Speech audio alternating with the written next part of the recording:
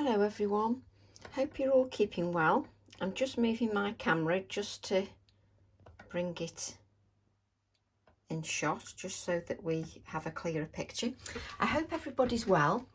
I've just finished a workshop. It's Sunday and it's 2:47. I finished my workshop at 12:30. We had a fun morning and my craft room was trashed, but just as I'm cleaning up I thought I may as well finish cleaning up later, and why not create another video while you're all here. So I thought I may as well try and inspire you with another video. So I'm just reaching for some ink blending tools. I'm just reaching for some tools.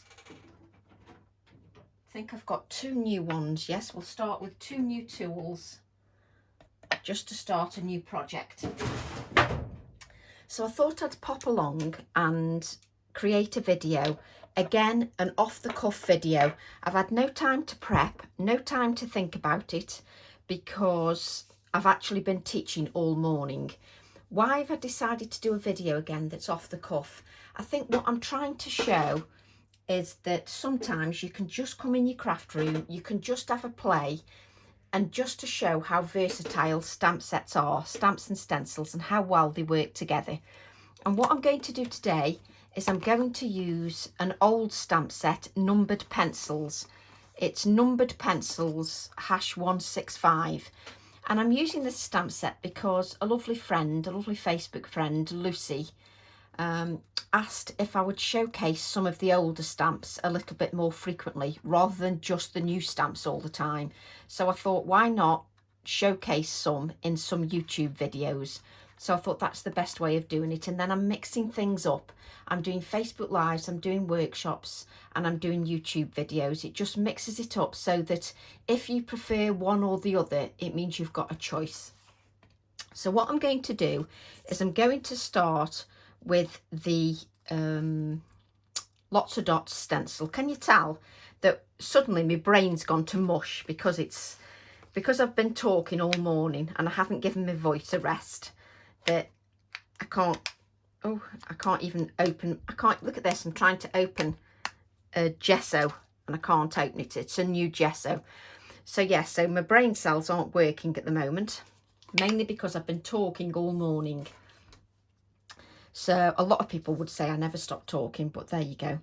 What I'm doing now is I'm using a piece of cut and dry foam and I'm using some gesso, and I'm priming that cut and dry foam with some of the gesso so that it doesn't make, so I've not got any blobs of gesso on the cut and dry foam. I'm literally using the cut and dry foam as an ink pad, but with gesso. And what I'm going to do is I'm going to apply the gesso over my card, again picking up more gesso but taking off the excess, just so that I don't get no blobs of gesso through the stencil, and also so that it doesn't seep through the stencil. So I'm just using little bits, and I can just lift that up and see if I can see. Yes, I can see that I've got some dots there, and I can just move it along a little bit and add some more. You won't see it on camera at the moment because obviously I'm working white on white, which is what I usually do actually. I always end up working white on white when I'm doing a video, which is not ideal because you can't see that on camera, which is not a good idea. So I'm just dabbing that, and then I'm just lifting to check I can see. Yes, I can see that. Do I want more dots? Yes, I think I will. I think I'll go some on the edge as well. Just make sure that I'm getting all of the gesso across the card. Now my card is 300 GSM. I'm using the reverse of Centura Pearl, or you could use Pink Frog smooth card, and it's 300 GSM. 250 GSM would be absolutely fine, so that's fine as well, just because I add a lot of layers to my card, so I do like to make sure that I've got a good quality thick card. Just move that out the way. Not that there's anywhere to move anything out the way, because after doing a workshop this morning there's nowhere to move anything. Now if you've got any gesso left over, I'm wiping it up, but what you could do is you could brayer it on some card, and then when you brayer it on the card you could then use that as a background as well. So I'm not doing that on the video just for the sake of time purposes. So this gesso should be pretty much dry, but what I'm going to do is I'm going to reach for my heat tool. As I said, this was an off-the-cuff one, so I'm just reaching for my heat tool. Oops. So I'm just plugging in my heat tool because this was an off-the-cuff demo I just decided to do at the last minute. I'm just giving that a dry. It doesn't need much of a dry, to be absolutely fair. It doesn't really need much of a dry because you've put that gesso on quite thinly, so it really doesn't need that much of a dry. What I'm going to do now is I'm going to use two colours that I've fallen in love with. I love using these two colours together. I'm just checking you can see those in camera. So I'm using tea dye and I'm using aged mahogany. So those are the two colours that I'm using. Beautiful colours together. Still a vintage tones, but still beautiful because you get a lovely blend of colour. Now I'm just trying to decide, do I want to go all over with one colour and then blend another, or do I want to go half and half? I think I'm going to go half and half, and I'll start with the, trying to decide the light at the top and the dark at the bottom. Now what I do when I'm using any of the distress oxides or the distress inks, I make sure that my ink blending tool is covered with a good layer of ink. When you look at that there, that isn't a good layer of ink. You need to add more ink. Why do you need to add more ink? If you want a good blend, then you need to make sure that you prime your ink blending tool with a good layer of ink. So you keep layering that ink just to make sure that when you blend, then it blends beautifully. You just need to take time to make sure you've got enough ink on there, and that looks nice. Also, what I need to do is I need to get some kitchen roll. You're working with distress oxides, and because you're working with distress oxides, that means that they are reactive to moisture, which means that they'll be reactive to any moisture that you've got in your hands. So therefore, I just make sure that I use a piece of kitchen roll just to keep that moisture from my hands not transferring to my cardstock. And what you notice is if you make sure that you've got enough ink on your ink blending tool, you get a beautiful blend of colour. I mean, just look at that. And what happens is the oxide, the gesso resists the oxide. So we'll just bring this over, and what you do is you keep making sure that you've got plenty layer of the distress oxide. The minute it starts dragging and you feel that it's not moving smoothly, then go back and add some more ink to your ink blending tool. It's the best way that you're going to get a lovely blend with your distress oxides, and the gesso is resisting those oxides. Now, what I normally do is I normally then wipe over the gesso to reveal it in white, but I don't want to do that this time. I'm just doing it a little bit different this time because I like it as is. So I just want a little bit more blend, bit further down, because I'm loving this light colour. It's just beautiful. Do you know, I don't use this enough. It's tea dye, and I have to say I haven't used this colour that much, but that's going to be corrected. I've used it once before for a video, but I'm definitely using it a lot more now. Do you ever do that?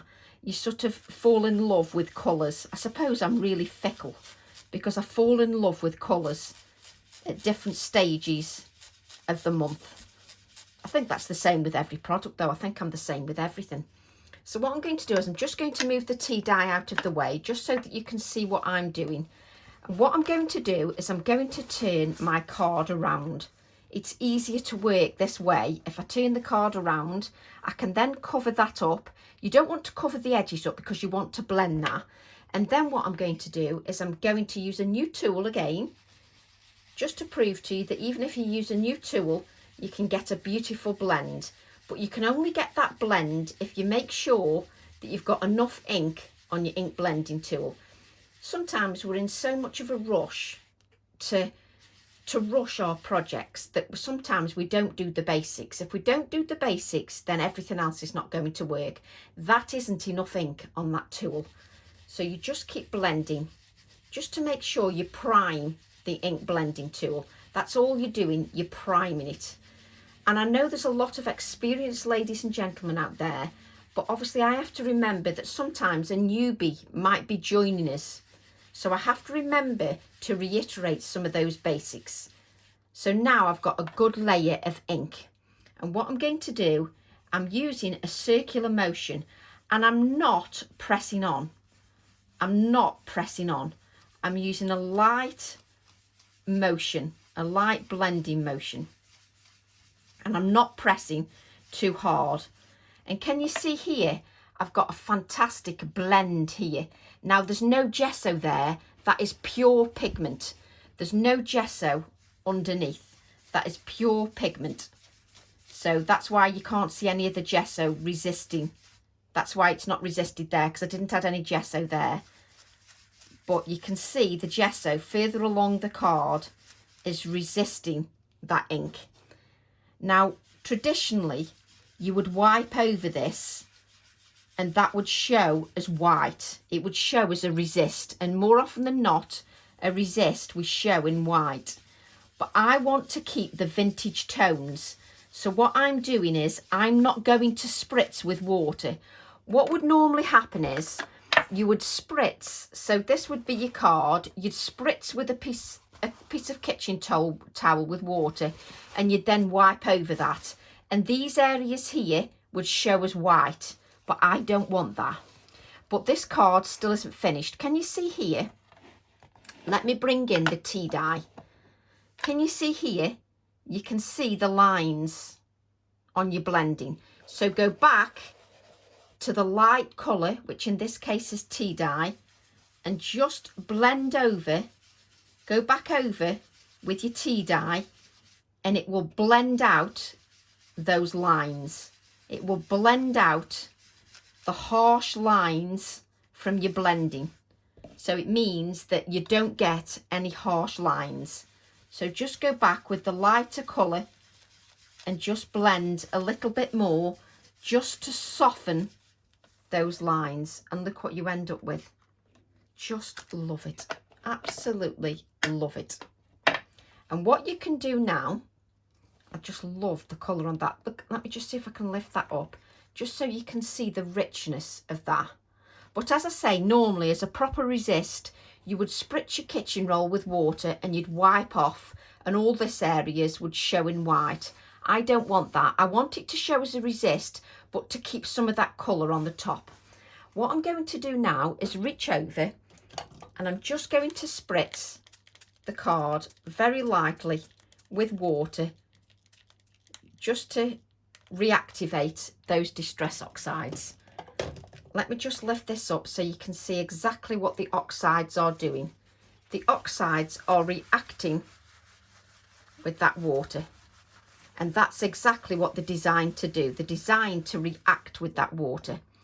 Now, what you would do is, if you're not recording a video like me, what you would do is you would allow that to sit naturally. You would go away, make a cup of tea, and you would allow that to soak in there and develop over time. And these blotches of water would get whiter and whiter. We haven't got the time to do that. So what I'm going to do is I'm just going to blot with my kitchen roll. Just blot that. And then what I'm going to do is give it a dry. I need to give that ink a dry, because when I come to stamp on it, if I don't dry the ink and the water, the moisture, I'm not going to get a crisp, clean image. So you just need to make sure that you give that a dry. So I'm just drying this. And I just take my time to make sure I dry everything thoroughly. And if I turn the card over, it means that I can stop it from bending too much. Because obviously when we use moisture, the card, it automatically goes to bend, especially when we dry with the heat tool and we force it to dry. So what I've got now is I've got a beautiful black background, and what you can do is you can dab that a bit more just to make sure that it's nice and dry. What I'm going to do now is I'm going to go to my pencil stamp. I just love this stamp. And as you can see, it's got lots of detail on here. It's got the pencils, it's got the fractions, it's got some little bits of alphabet here, and it's got the wording as well. And it's got illustrate your life on one side. I just love all the detail on there. I don't know why I turned it over then. I was expecting something to be on the other side for some reason. No reason why. I have no idea. Right, what I'm going to do is I'm going to ink. Let me bring this stamp closer to me. And I'm going to ink this stamp thoroughly with ink. But I'm not going to ink this area here that says illustrate your life. I'll probably use that later. I just want the rest of the stamp. So what I do is I tend to take a little bit time to add a tapping motion with my VersaFine Clair stamp.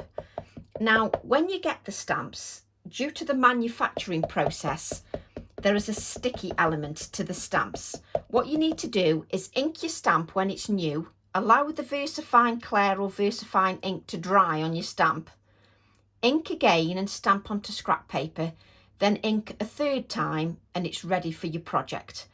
Now, for these more detailed stamps, I wouldn't recommend StazOn or archival. The main reason being because there's so much detail, fine detail on the stamps, the ink pads dry too quickly. So by the time you've inked this and you go to this area, this ink is already drying when you use an archival or a StazOn ink. If you use a VersaFine Clair or a VersaFine ink, it's got a longer open time and therefore stays wetter longer. That's all that a good open time means. It means that it stays wetter longer. So what I'm going to do now is bring my card towards me so it makes it easier to stamp. Let's move these out of the way. And what I'm going to do is hover and just decide where I want everything. So I'm thinking I sort of want, do I want there? Yes, I think there. So what I do is I always hover just to try and decide where I want everything. And what I do initially is I leave this hand in place and then I press lightly all over the stamp just to make sure that it makes good contact with that inky background. I then never rock the stamp. I leave this always got one hand in place and then I press the other half of the stamp. Now the other advantage is I'm using an All and Create acrylic block, and because I'm using an All and Create acrylic block which is flexible, it means that I can do this. I can flex the acrylic block. Obviously you can't flex it too far or else it'll snap in half, but because I've got a little bit of flex, it means I can get these central areas here. It means that I don't miss the central areas. It's always this area that you miss. So I just make sure that I give that ink time to settle into the background. And I'm never in a rush just to lift the stamp. Sometimes we're in so much of a rush to lift the stamp that we don't get a good impression. And just look at that. I just adore that. Let me just lift that up. Just look at that. Just a stunning stamp. I know it's my design and I'm slightly biased, but that is a stunning stamp. I absolutely love it. I just think that is gorgeous. What I'm going to do now, because as I said, I'm thinking off the cuff. So I'm just going to my trusty pencil case and I'm just looking for some circles. So I've got some circles in my pencil case that I die cut. I've always got die cut circles. They're everywhere, all over my craft room. I'm terrible. I've either got them cut out of acetate or something. I never stop. So what I'm going to do, I'm in the middle of doing a reorganisation. So everything at the moment is everywhere. So what I'm going to do is I'm going to add a spotlight. I love adding spotlights. It's just one of the things I've always liked doing from years and years ago. We used to do these spotlights in squares, hearts. We used to do them all the time. So what I'm going to do is, again, I'm picking up a good layer of ink. And you might be saying, well, Tracy, you're going tone on tone. Well, even though I'm going tone on tone, I'm still going to get a good blend of ink. And what you need to do is start as if you're starting off your card, and then bring in and blend over. One thing I've just remembered that I need to do that I can see here. Let me just get my piece of paper. There's one thing that I forgot to do. What I forgot to do before you do any of this is blot. You should always get into good habits. You need to blot your ink. Although that seems very dry, I'm just going to blot and just dry this stamped image. That's one thing we need to remember. We need to remember to just dry this stamped image. The reason you need to do that is you're using an ink pad with a good open time. So sometimes when you're doing videos, you forget this little bit. You don't blot. So you do need to make sure that you do that, or allow the ink to dry properly. So you will get some smudging if you don't let it dry properly. So I'm just going to go over and just, you see that's much better because I've dried it. So I'm just going over all the areas, and I'm just adding this light colour of ink around my circular piece, just to give me a spotlight. And it doesn't matter that you're doing tone on tone, it will still work. It will still work, and it will act as a spotlight for part of your image. But do remember to dry that ink. Sometimes when you're doing videos, it's so easy to forget elements. It's so easy to forget when you're doing a video. So I'm just going round. And what you can do is keep this circle in place, and you can just lift it to see if you've got enough ink. Don't move it out of place, because then you've got to get it bang on perfect positioning to get it right again. So what you can do is you can lift it up, and let me show you what we've got. It's only subtle, but it's still a spotlight. Can you see that spotlight on there? You've just got a lovely spotlight, and I just love it. Absolutely love it. And what you can do, if you think, well, I don't know whether that's enough ink, just pull it back over again, and you can quite simply ink your tool again, making sure there's plenty of ink. Make sure that you've got that lined up where you want it. Make sure it's lined up, and then just go back over. Just go back over and add another layer of ink. That's all you do. You go back over and add another layer of ink. What I'm trying to show you is that I've not prepped this video, and the idea is that I show you just how versatile stamps can be, just how versatile they can be. And you can still see those circles in the background, which is just perfect, just what I love. And what I'm going to do now is get a scrap of card. Let's get a scrap of card. So move this out of the way just initially. We've got a scrap of card, and we can just apply some of the ink, some of the tea dye, which I'm absolutely loving at the moment.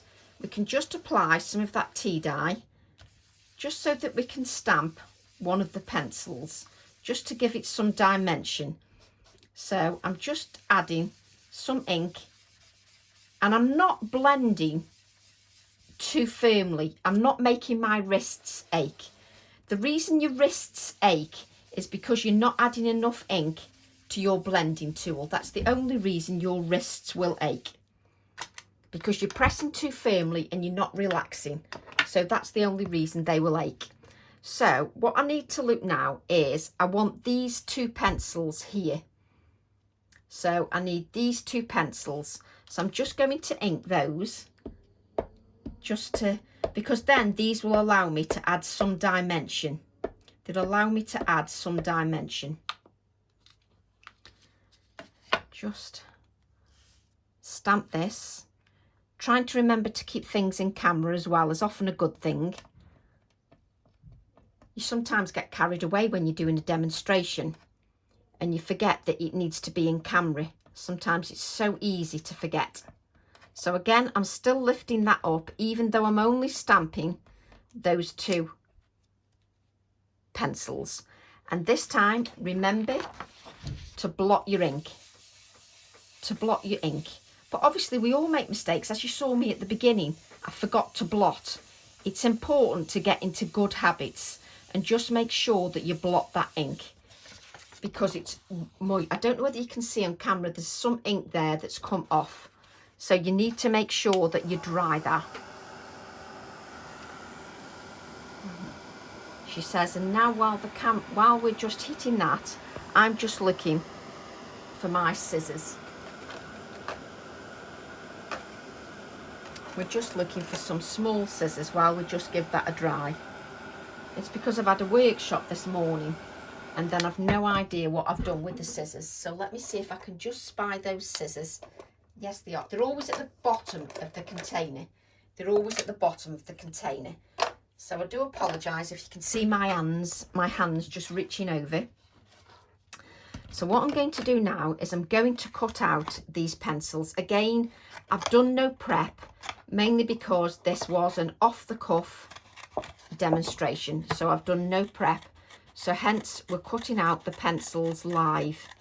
Normally, if I was doing a video and I was doing a video for somebody else, then I would have these pieces prepped. Or you would edit the video and you would make sure that these pieces of the video were edited out.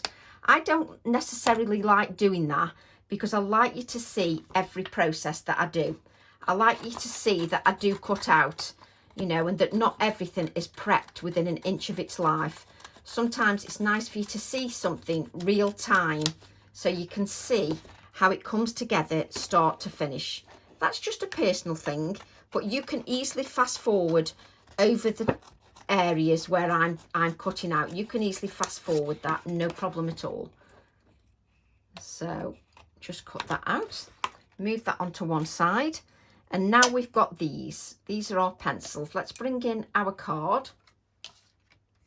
So what we've got now is we can bring in these pencils, whoops, and we can add these like this, just a pop like so. They will go there like this. But there's one more thing you can do just to make it pop a little bit more. Let me just make sure my pen works. So I've got a Micron pen. Is that a black one? Yes, it is a black one. And this is 0. Oh, can hardly see it. 0. I can't see what that says. Do you know, this is why you need a magnifying glass, but it's either 0.8 or 0.5. I think it's just worn off a bit.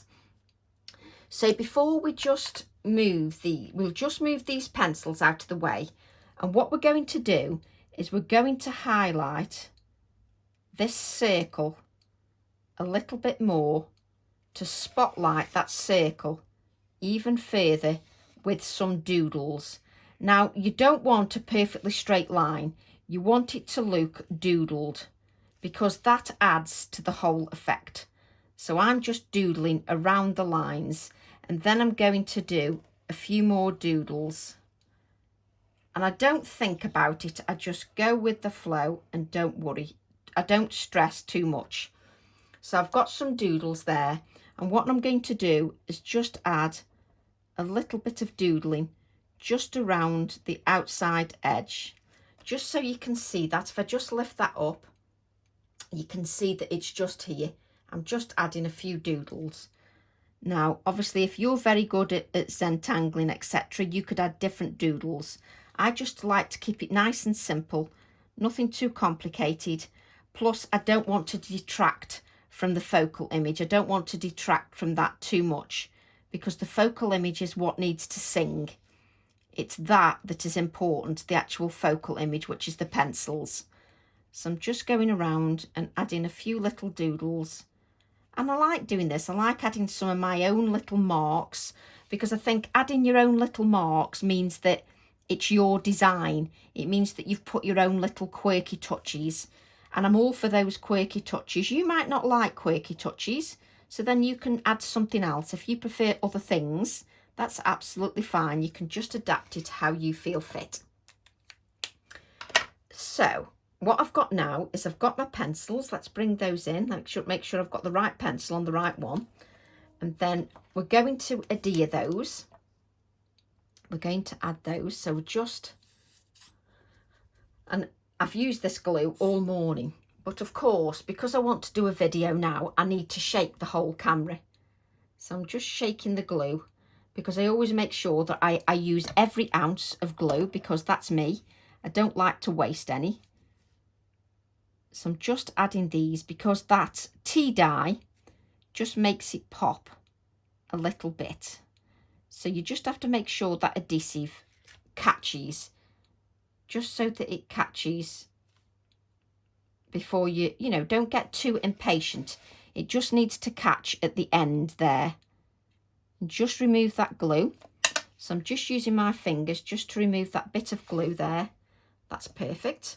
And then we're going to add this, like so.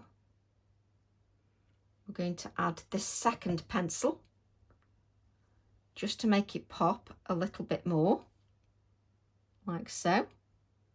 See, I just love that little pop of that lighter colour against those darker tones. I just love that. And then what we can do, you see, it's going to go onto a white card. So I do want that sentiment that we mentioned earlier. So let me grab the stamp set again. And what I'm going to do, on this stamp set, there's so much detail. And this one here, this sentiment here says, illustrate your life. So we're going to stamp that. And I want some little pops of white, just because a pop of white will bring the whole project to life. So we're going to add a pop of white. So I'm just going to turn my card. Let's move everything out of the way. I've not got much room here to try and keep everything in camera so that you can see. So I'm just going to stamp this, illustrate your life. And again, I'm still allowing that ink to sit, even though I'm just stamping a little sentiment. I'm just allowing it to sit on the card. And there's your sentiment. And again, getting into good habits, because you're using an ink with a good open time, just give that sentiment a blot. And what I'm going to do is I'm going to professionally kneel on the floor and cut out my sentiment. Thankfully, you can't see me kneeling on the floor, but I'm just cutting out the sentiment. So it just takes me a few moments just to cut it out, just so that I've got a nice straight edge. So I'm just cutting that out, so you won't see much on camera. Just dump these out of the way. You can hear me cutting, but you can't see me cutting. But I am, believe it or not, cutting. It's just I'm leaning on the floor. Makes a good camera shot with nothing on the camera. Makes a good camera shot. So what I'm going to do is then cut these, just so I can add this sentiment to my card. So illustrate. And I just love the typewriter font. So illustrate, move those out of the way, your life. And just move that out the way. Like so, oops, like so. Turn it round so we can cut it easier. There we go. And then bring in your card. And what I'm going to do is I'm just going to add illustrate to this top line here, and then your life to the bottom line here. And that pop of white just brings some life to the whole design, just adding that. So that's what I'm going to do. So we're just going to adhere that now. And it's coming together really nicely now for me. It's all coming together nicely. So just illustrate, add this here. Like that. And then your life is going to go the opposite corner. Because you're using an inky backdrop, and obviously there's some moisture in that card, you do need to make sure that you just hold that in place when you're adhering it. That's all it is, just holding it in place. So just hold that in place, like so. Illustrate your life. There we go. You see, and now I just want to think about embellishments. And I've got these little magnifying glasses. I haven't used one for a bit, and believe it or not, is it that way? I have to decide which way. They actually magnify. So they do actually magnify. So you can add them to words like so, because they actually magnify the wording. I'm sure it's that way because it's flat. That's it. So they actually magnify the wording for you. So I'm just deciding where I want to put it. It's probably going to go there. Illustrate your life. And you can see the Y and the O. And don't worry if you get a little bit too much adhesive on your embellishment. It will dry clear.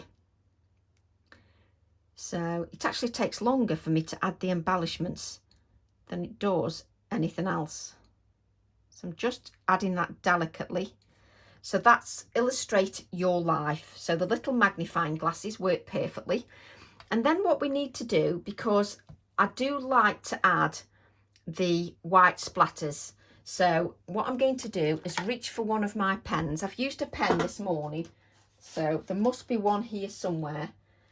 And what I always say is, why do you put stuff away, Tracy? Because there's always another reason that you need to use it. And I'm just going to frantically look for my white pen. Where's my white pen? Let's use the Posca one. Hopefully there's some left in this. I've lost that many things this morning. So I'm just going to add some splatters of white paint, like so. That's wonderful. So what I'm going to do then is reach for some embellishments, some more embellishments. So I'm going to reach for, let's reach for some index clips. Can you see I've got a load of embellishments here? So I'm just trying to decide what to use. What amazes me is when you do a workshop, the amount of product that you can lose while you're in one short session. It absolutely amazes me what you lose. Right, that's me waffling on just for a change. So I just want to add an index clip. Just make sure that's stuck down. And what I want to do is, I do love these index clips, especially when I'm doing these illustrative designs. You can actually, these can actually fit straight onto the card. You don't even need to adhere them. They can adhere, you can add them like so, and they go straight on the card. So they work perfectly like that. Sometimes I just stick them on top, but it's whichever. Also, I've got these little embellishments from Tim as well. And it actually says ink and paint department. I think that's quite apt, really, the ink and paint department. But what you have to think is, if I stick it there, your eye's going all over the place. So I'm having to think where to put it. And what you have to decide is, you have to decide, right, am I doing too much now? And for me, that's too much. If I put it here, your eye's going all over the place. If I put it here, you're hiding the detail. So I don't want to do that. Even though the embellishment is perfect, sometimes you can go over the top. You can go over the top and add too much. So I need something a little less obtrusive. So what I'm going to do is add another index clip just on this side, like so, because that's far neater. Because what I'm looking for now is, you're looking for balance. You're looking for balance. So even though that embellishment was perfect because it said ink and paint, it wasn't perfect for this project because it didn't, if I added it here or there was no balance. Now I've got a lovely flow and a lovely balance. What I've got here is, if I can actually read, I've got a dictionary, an old dictionary, and I've got the word pencil. So I'm just going to cut out the word pencil. Not that I can actually see, because the writing is so small, I need a magnifying glass. But hey ho, I have to do my best. So this is pencil out of a dictionary. It says pencil. So again, you're looking at where it can go. So I like the fact it's there, even though I'm covering up some of the wording, even though I'm covering up that sketch, it doesn't matter because I like the word pencil. I just think it's perfectly apt. So I did want to add that pencil definition. So just add that, like so. Just wanted to add that. So, whoops, I now can't grab hold of the paper. So let's just tuck that underneath like so and just add it there. Just lovely. It does say pen. You know, it'd be just my luck if it didn't say pencil. Yes, it does say pencil. It could have said anything because I can hardly see, but it does say pencil, thank goodness. So what I can do then is make sure I always wipe my hands before I go to the actual card itself. So I'm just giving my hands a wipe just to make sure I don't transfer any ink to a nice white blank card. And then what you do is you wipe all the mess onto your pajamas, which is really attractive. So what I'm going to do is I'm going to add this card here onto this white substrate. I just think the white substrate makes everything pop.